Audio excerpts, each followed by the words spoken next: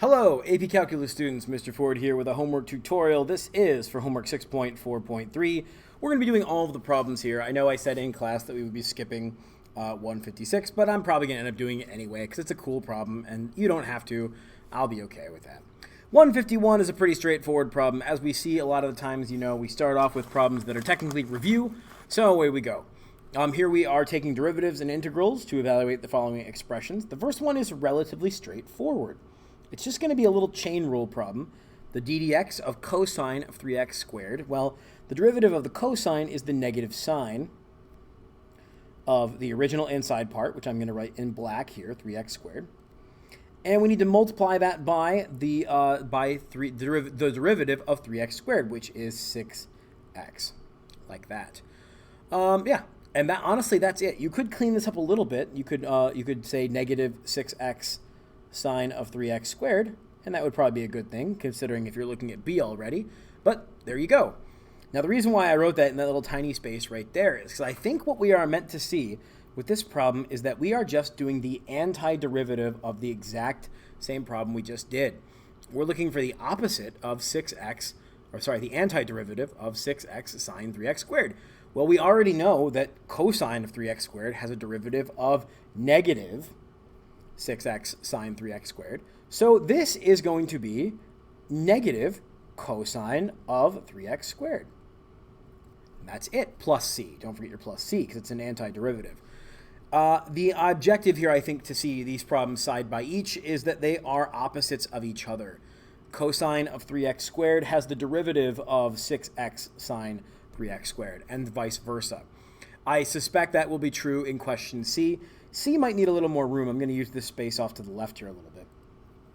We have the derivative, the ddx, of the square root of 3x to the 9th. I think this is minus 5x.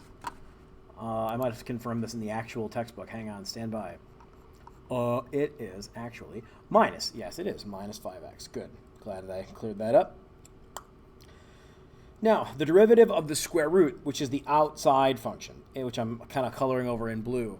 The derivative there is 1 over 2 times the square root of 3x to the 9th minus 5x. Oh, I should have written that in black. Shoot. I want to keep my insides and outsides different colors. Of course, we have to now multiply by the derivative of the inside part, which in this problem is 27x to the 8th minus 5.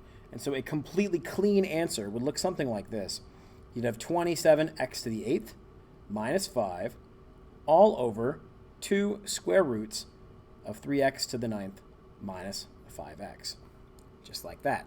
Now, again, the reason why I think it's important to write that side by side is because look what's going on here.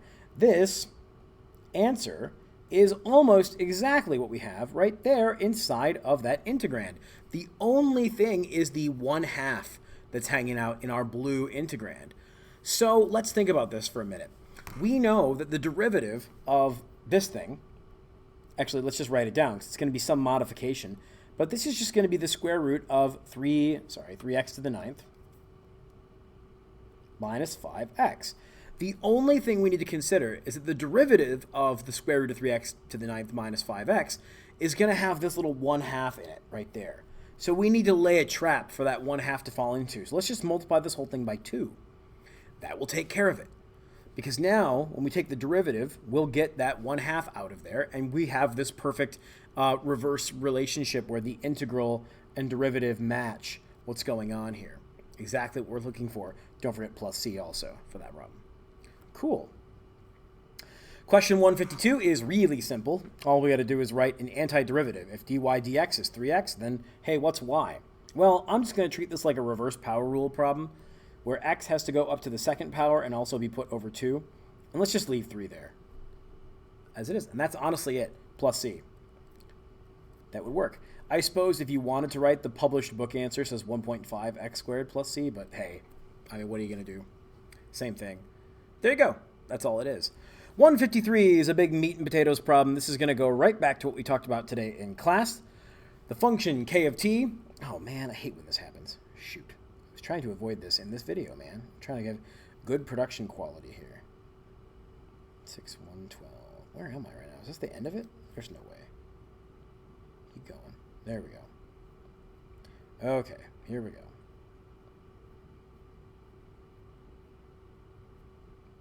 Perfect. 6153. We have the function k of t helped Kira determine the rate. Here's the key word, the rate at which electricity was being used for any day t of the month. However, to manage the total electrical production, Kira needs to determine a function that will accumulate. There is a big key word today. It will accumulate the energy used over the course of the month. That is, she needs a function, capital K of t, that will determine the total energy used from the beginning of the month to the time t. Now, we actually already kind of did this as part of that problem, but we'll get to that in a moment. At time t equals 0, no electricity has been used. This is part A. Write an equation for K of t that can be used to calculate the amount of electricity that has been accumulated as a function of time. What is the relationship between the equations for capital K of t and lowercase k of t? Now, the book is going to have a different answer for this than what I prefer. I think a better answer for this is to see it as an integral. And by that I mean the integral from 0 to t of the original k of x function, which I am going to write out right here.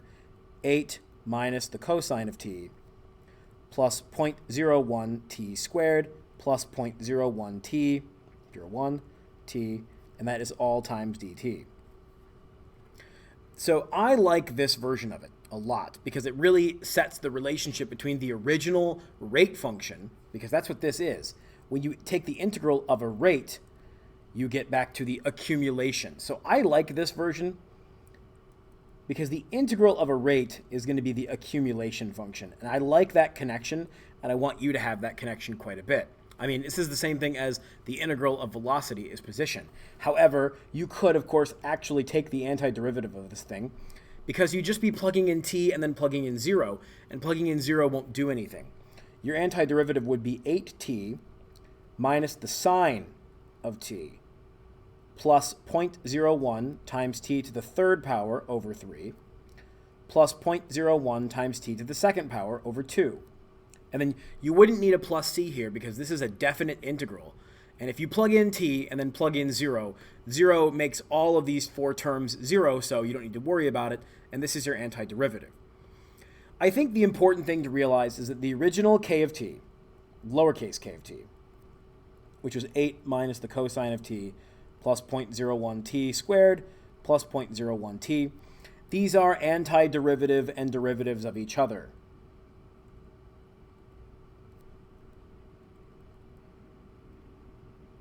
And whereas the original lowercase k of t gives you the rate, capital K of t gives you the actual amount of electricity used that day. So it's accumulating the amount of electricity people have used. That's the big connection there. This is all for part A.